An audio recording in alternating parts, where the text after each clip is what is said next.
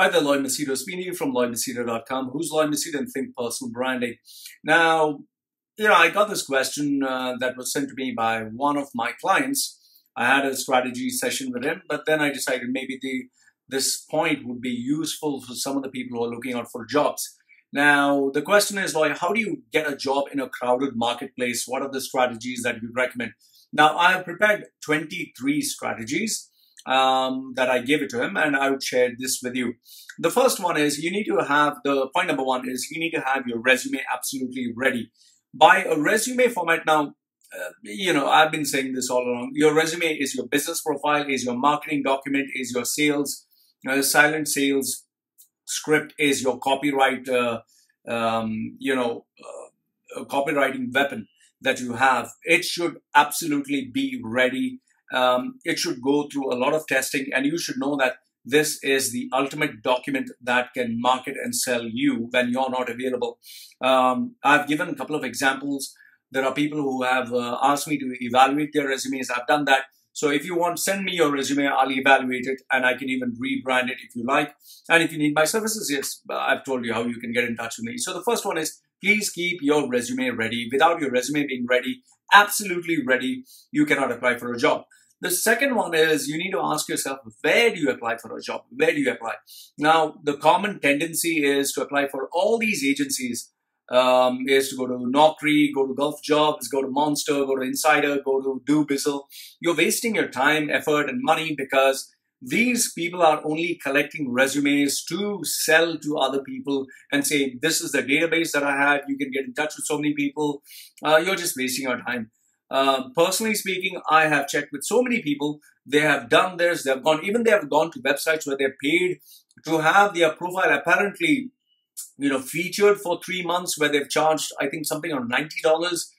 You're just wasting your fucking money. You're not going to get anything out of it because an employer would not be looking at these are the featured employees of the day, the recipe or the flavor of the day, of the week. No. It follows old school, okay? You need to understand. And if you are in a very specialized field, like you're working for a nuclear power plant, or you are a hardcore hacker or animator that can do hardcore animations, then if it is something really specialized, well, they will consult these recruitment companies. Otherwise, the world is your playground. You can just put something online and you get enough and more resumes, okay? So the second one is, where do you apply? You need to be very, very specific. And where do you apply? I would suggest that be very specific to the industry, to the niche where you want to apply, and apply to them. So that comes to point number 3, that is, who do you send your resume to? Now, there's a normal tendency to send it to the HR department, to the receptionist, or to a general mailbox. I would say don't do that. Now, obviously, you cannot get the email addresses of the decision maker, because if his email address would be shown, he would be flooded with enough and more spam. And that is why people do not give their email addresses. So whom do you send your email to? I would say that if you want to figure, let's say, for example, DHL or FedEx, you need to find out somebody who works inside the company, who has a contact within the company, and that is the person who will actually send the resume. But then the question comes, why should they do it? Now, unless there is that big why, and you can answer the big why, they would not send it. Because keep in mind, end of the day, when they send a resume, people are going to look at it, there's no vacancy. That's it. That's where it goes down to. Point number 4 is the power of the written communication. Now, for this, you need to be a copywriter. You need to be a script writer. You need to know how to make your resume stand out with the covering letter, with the email address. This takes a little bit of experience. Please avoid giving the normal cliche, systematic, boring bullshit email. I hereby present my resume for your kind perusal. I have been in the market for blah, blah, blah. Nobody gives a damn about it, okay? Please be a little smart, savvy, sexy, succinct, be different, Whenever I have to create a covering letter or I have to create an email, I spend a little time jazzing it up in such a way that it stands out. And this takes experience. Obviously, I do not have all the templates with me right now, but I do refer really attractive copywriting scripts for this. Okay.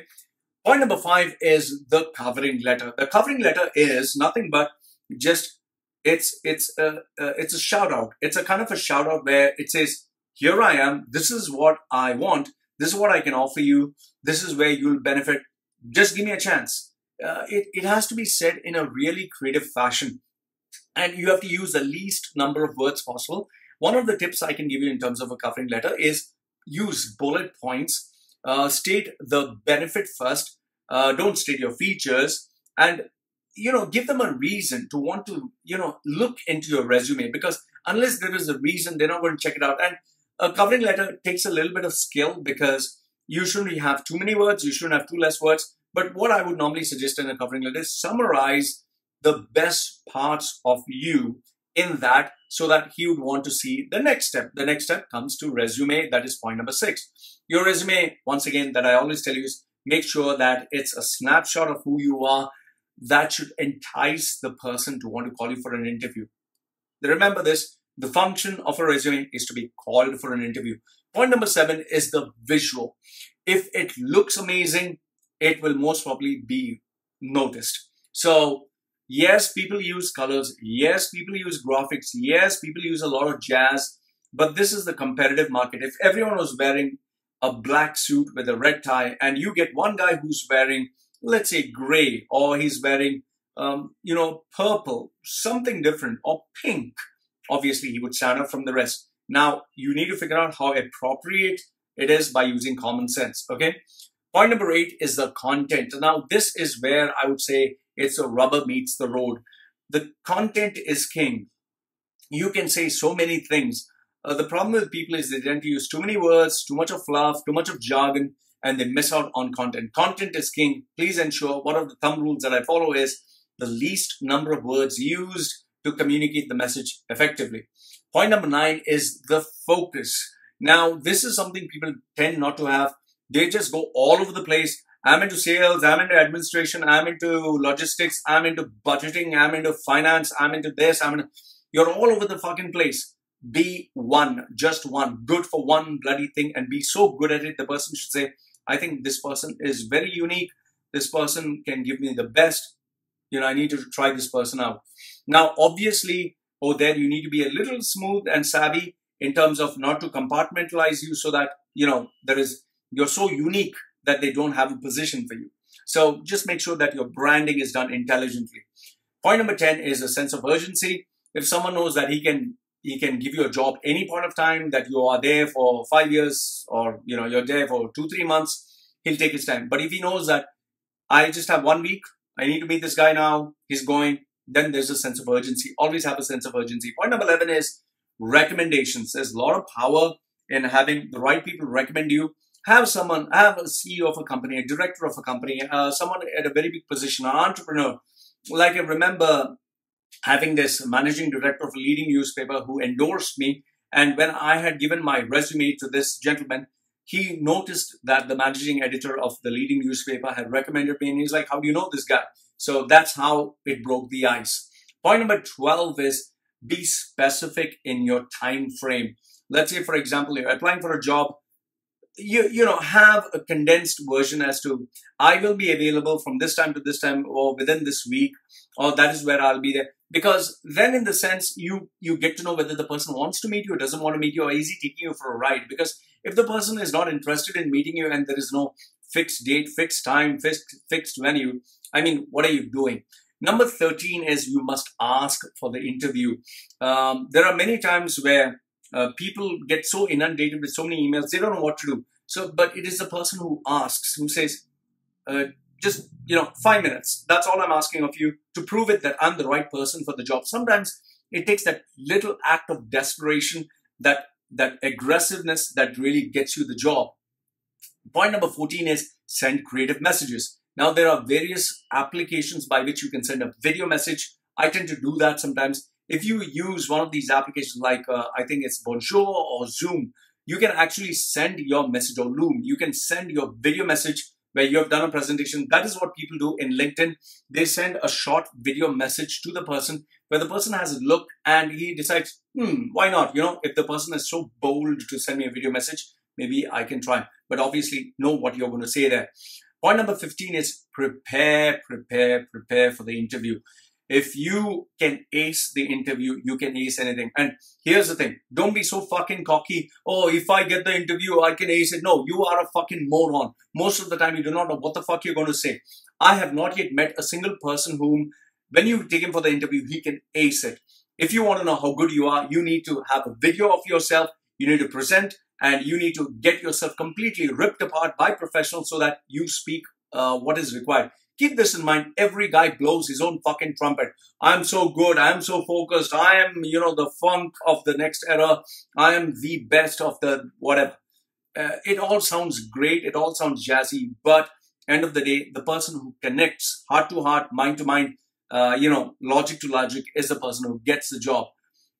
Point number 16 is know how to talk. It's not just what you say. It's how you say what you say. That is where, remember, it's people like Obama. It's people like even Donald Trump. It's how they say what they say is actually what matters, because most of the time they are just talking the same bloody shit. It's like Obama will speak about change, Donald Trump will speak about achievement, but it's how they, you communicated this message. Point number 17 is you must know how to market and sell yourself. Are you going to be aggressive? Are you going to be placid? Are you going to be laid back? Are you going to be formal, informal? Are you going to be creative? Are you going to be, how are you going to do that? You need to have a particular strategy. Point number 18 is say it as it is. It's very important for you to be yourself. If you are a type of guy who cannot take shit, I think it's very important to position yourself that way, because keep this in mind. There are a lot of people out there who take up a job out of desperation, and after they've taken the job, they realize they're not a good fit for the company, and the company realizes that, and that is where all hell breaks loose. Point number 19 is please do not go all cliche. If you are going to go cliche, if you're going to give the boring answers, if you're going to give the predictable answers, people don't want to deal with you. Oh, I'm hardworking, I'm focused, I'm dedicated, I want to climb the top of some fucking ladder. Nobody wants all that bullshit, okay? Be different, be original, be authentic, stand out. Have something that really has gravitas, that really has power, that really, that doesn't mean to say that, oh, so I'm going to do, no. You need to come across as a genuine guy who speaks his heart, his mind out, but speaks it in a way that, it has a kind of freshness to it. Please, you're authentic, you're different, you're unique, be yourself. For this, obviously, you'll need a little bit of personal branding, coaching, guidance. So sit down with your mentor and figure out what is that unique proposition that you're bringing. Point number 20 is have self-respect.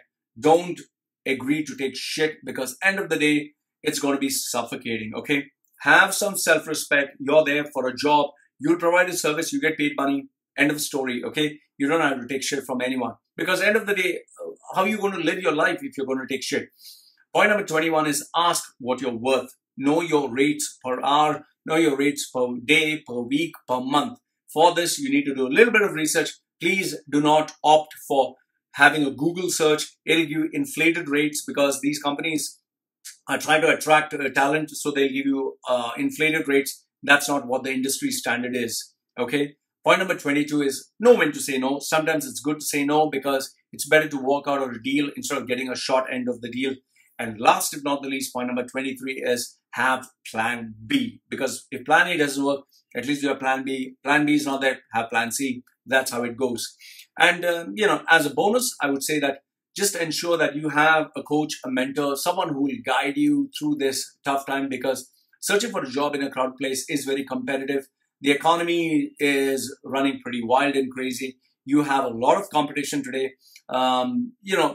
Everyone is searching for a job. So I just hope these are some of the points that can help you. Remember, strategy is the king. Hope is not a strategy. Okay? Lloyd from Machedo.com. Who's Lloyd Machedo and Think Personal Branding. Like the video, thumbs up. Don't like it, thumbs down. This is me signing off for now. Take care. Bye.